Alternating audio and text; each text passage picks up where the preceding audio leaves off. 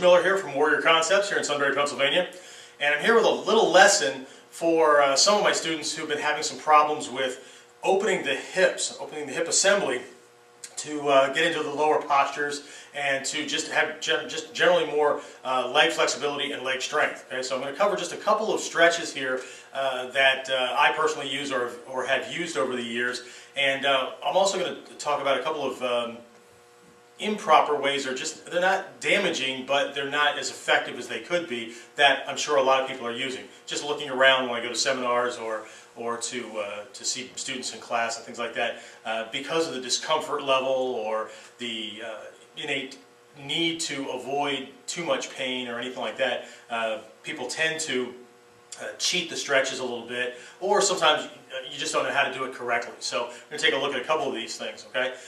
Getting back onto the subject of pain, what I want you to think about is that pain, while on one side is an indicator from the body that something's not right, okay?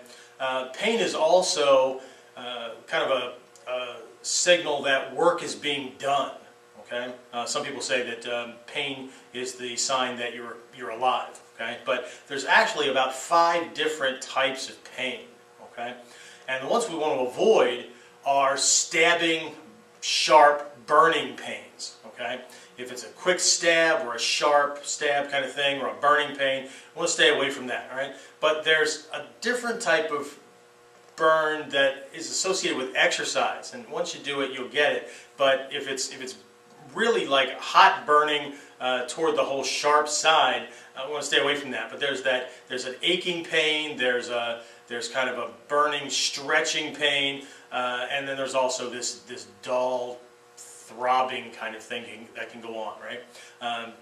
And there are other signals that we get from our nerves that are associated with something being wrong, but it's not often felt as pain, right? There's numbness or tingling, or sometimes even a cool, pleasant feeling from it, but it's still an overstimulated nerve. But either way, let's stay on the side of pain here, right? If you're experiencing that slight burn from the stretch of that stretching pain kind of thing, or an aching pain or whatever, it's not going to kill you, all right? It's a part of the exercise process, a part of this Junen Taiso process, and it's a sign that things, yes, they are breaking down, they're opening up, they're changing from their normal state, they're being extended and worked, but that cues the body to adapt that area to make it stronger or more flexible or whatever than it was before, because the body's just wired to adapt itself to whatever you do on a regular basis. And again, there's another key. If you're not doing these things on a regular basis, if you just do them whenever, right, you're going to see very little to no progress whatsoever.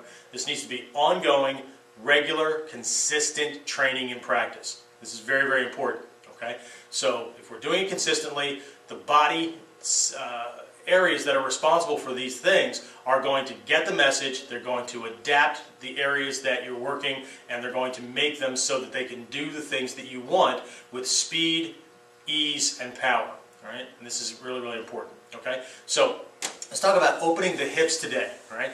One of the things that we need to remember when we're working on any part of the body is that that part of the body is connected to the immediately adjacent parts primarily, but every other part of the body secondarily. Okay, so it's very difficult to just open up one area and not do anything else. Okay, so if we're going to be opening up the hips, specifically the hip sockets, the part where the top of the femur, the top of the thigh bone plugs into your hip or your pelvic assembly, okay, we have to understand that the muscles in the legs, include all the way down to the calves, okay, are tied into this, because if we just open this up and these things down here are tight, very, very shortly after the stretch is done, things are just going to go right back to their tight position. Okay, so we're going to need to take care of the thighs a little bit. Okay, and directly above the pelvic assembly we have the lumbar assembly, the lower back. Okay, but then connected to that we have these lats, or latissimus dorsi, the long muscles that run up along your spine